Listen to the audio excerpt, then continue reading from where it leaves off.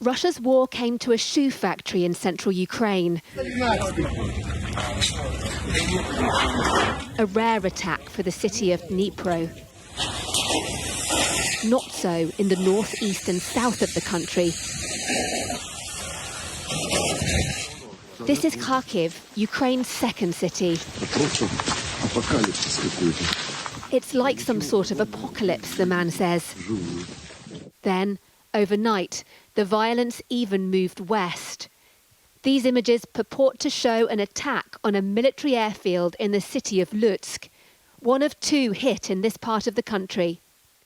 For families living nearby, there was shock and fear. Страшно, я проснулася від удару такого, представляєте, це що здавалося, кінець.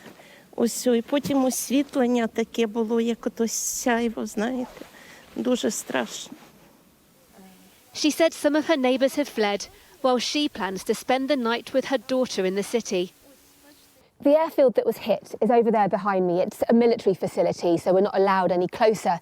But the fact that Russia has decided to target military airfields in the west of the country is a widening of the offensive that for more than 2 weeks now has been targeted on the northeast and south. And it could also be designed to send a message that nowhere in this country is safe. And it's a sign Russia wants to prevent Ukraine's air force from operating, something its invading forces have so far failed to do. For officials here, they're on a war footing in case more violence comes their way. It's the next stage of the war. So it's a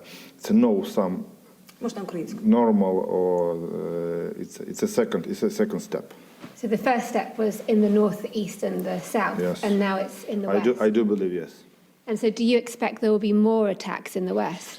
We may expect anything from Russia. They don't have any normal logistic plan. They can do horrible things. Moscow says this shows its troops moving towards Kyiv.